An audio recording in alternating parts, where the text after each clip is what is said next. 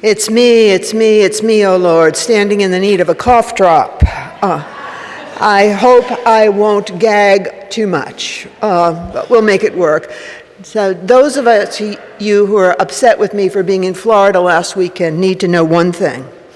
The sun rarely came out the entire time I was there, and I was left to walking around the wet and muggy Miami streets, and here she comes. All right, way to go, see?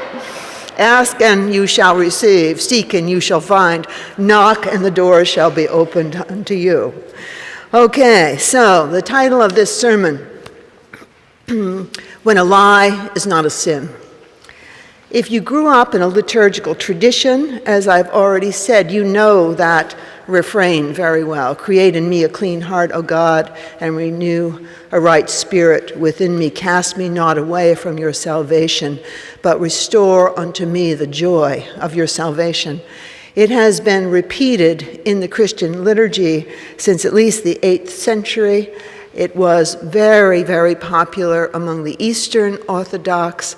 It comes directly from Psalm 51, which is also the words of David, who, when confronted by the prophet Nathan about certain things that were going on with Bathsheba that should not have been going on, David wrote this psalm. And so it's a psalm that actually begins in the matter of adultery or unfaithfulness or deep hiddenness. And David cries to the Lord, create in me a clean heart. Let me find a way forward. Don't throw me out because of what I did. And then it becomes this liturgical part of the service that we sing at the offering, where we offer things that God says God doesn't need. Could I bribe you back? God, could I give you a really good cow? Could we roast it and feed everybody? Because the offering used to be the offering of produce and sacrifices, things that people could eat. And the priests got to take the first part. I think the good old days really were the good old days. But what do we know about adultery? One thing we know is that we often hear that when people feel they've been violated, their trust has been violated, that they say, you know, it wasn't the affair that killed me, it was the lying. It was the lying. I just couldn't take that he or she could keep a secret from me like that. That's what hurt. Not that they broke their vow, but that they hid from me. And then this parallel that David knows he's been hiding from God and from himself and lying to himself tells us kind of everything we need to know about what a lie is. In a lie, we cast ourselves away from our own presence, right? A lie starts with our not telling the truth to ourselves. That let's say we love two people and we don't know what to do. So instead of telling the truth, we just keep doing what we're doing, but don't tell anybody what's really going on.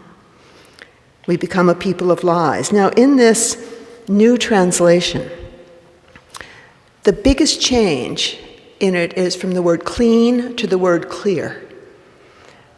David asked to become clear, not to become clean. And so it's a fascinating theological twisting of what we mean by sin, that sin is lack of clarity or lack of truth, as opposed to being dirty. It's also about how we think about the art of personal forgery, which you might call it. And by personal forgery, I mean something actually pretty good, putting the best face on it, trying to be as good as we can be. And the definition of sin in this translation is to be gnarled or twisted or tangled. Not to be bad, but gnarled, twisted, and tangled.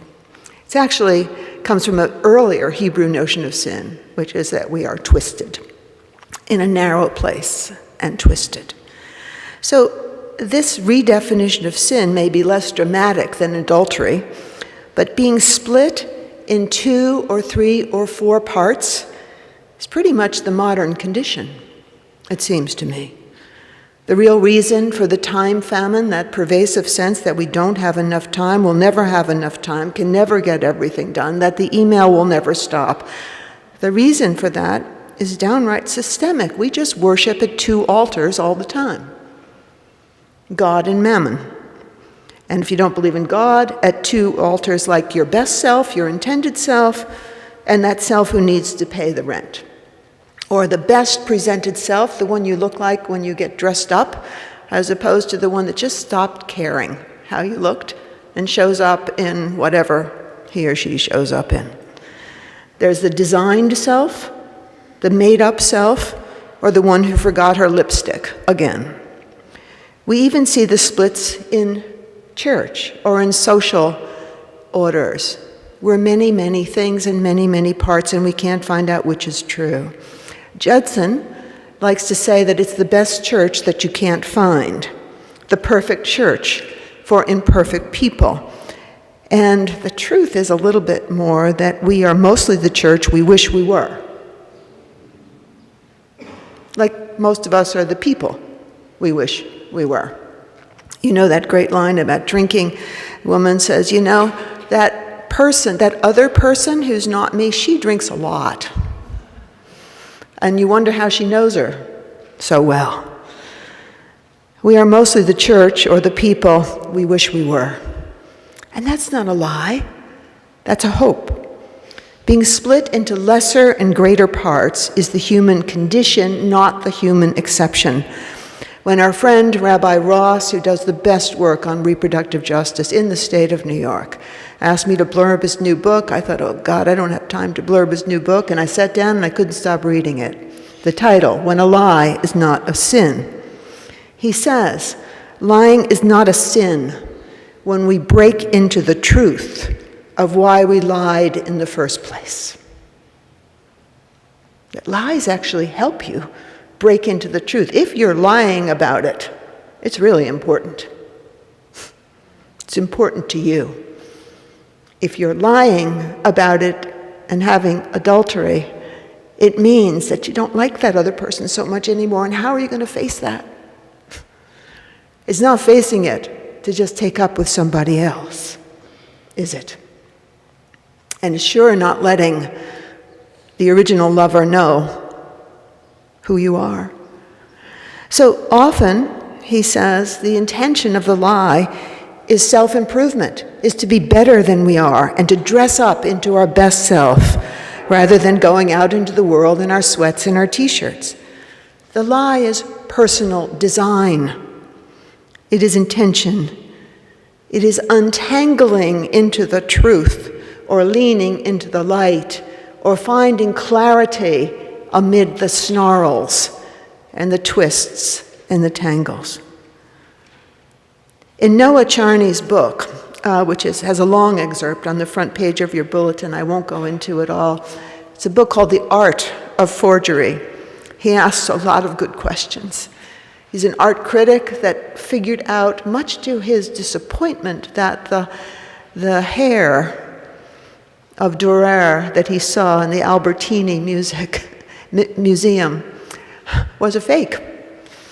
And he was so upset that he was staring straight at a fake that he inquired of the museum what's going on, and it turns out that young hair and tuft of grass are shown to the public only for 3-month periods every few years. Otherwise, they reside in temperature, light, and humidity-controlled Solander boxes in storage.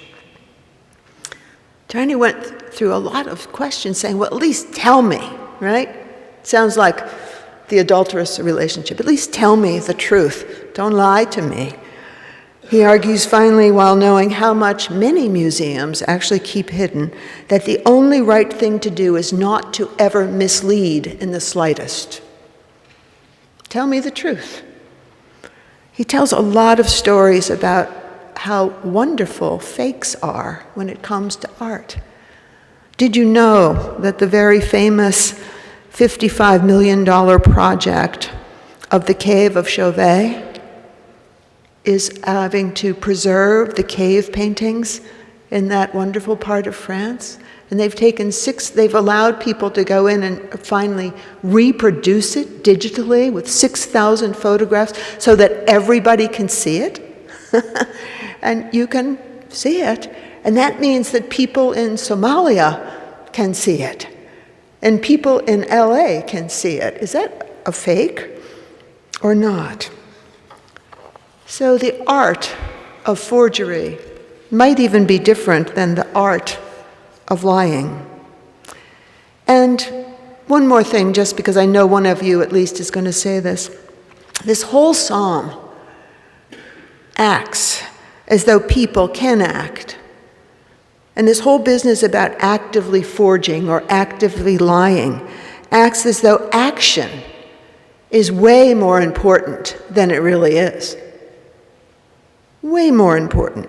Some of us don't forge or engage in forgery as much as we are forged. I think of Black Lives Matter.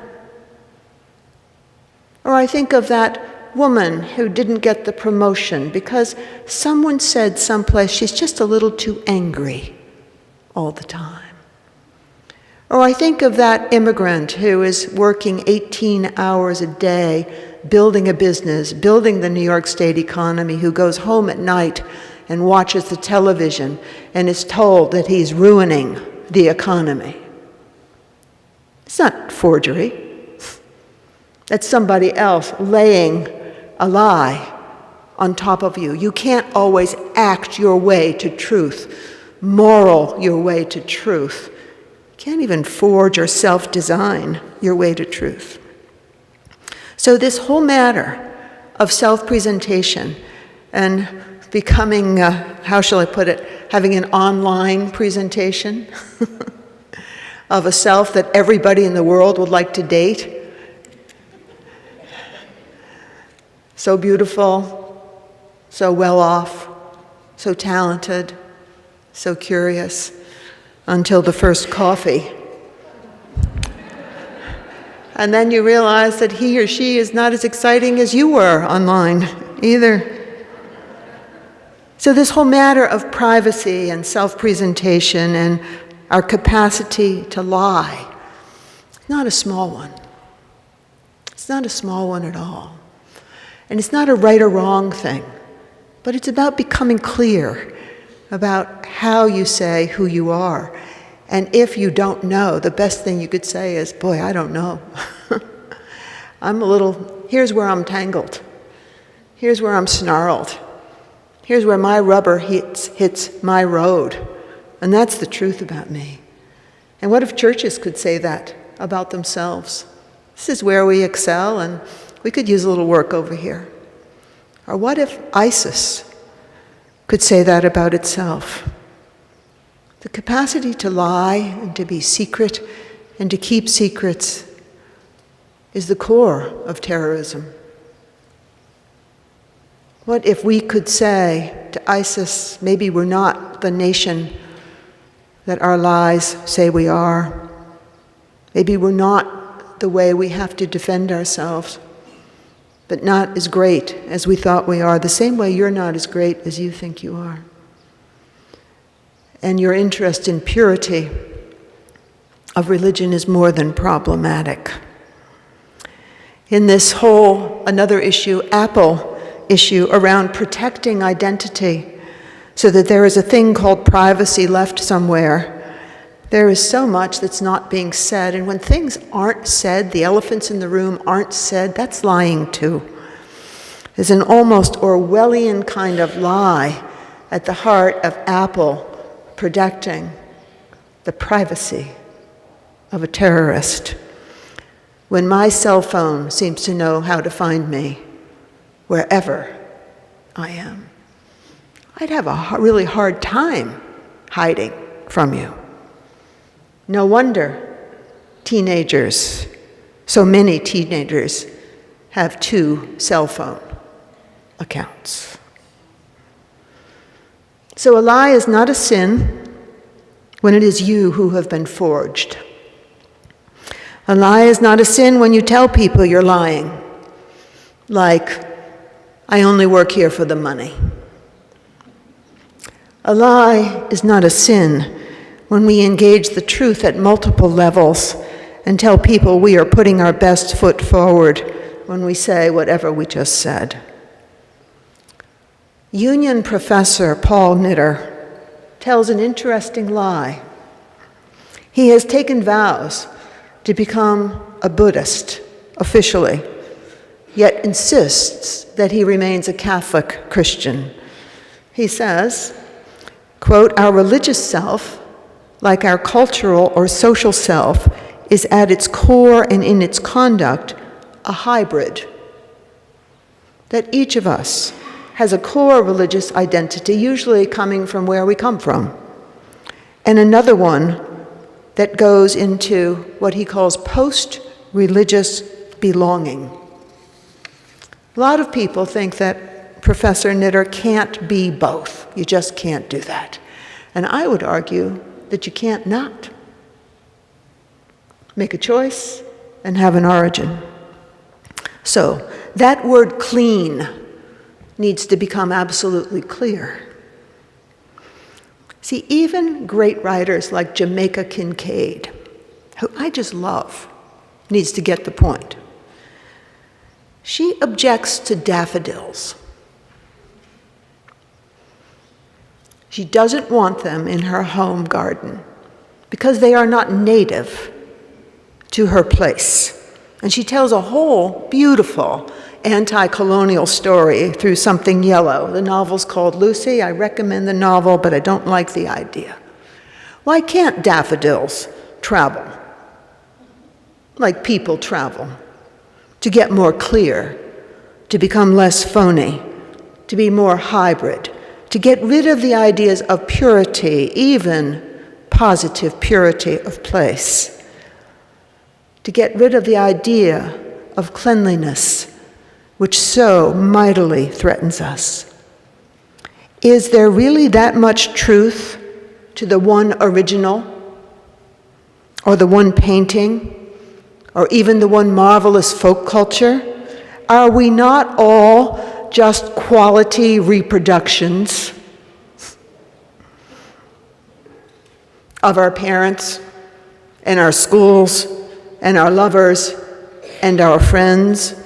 These mixtures and hybrids are only wrong when we mislead and say they aren't there. They are beautiful when untangled and unsnarled. When cleared, they become the restoration of the joy of our salvation. Amen.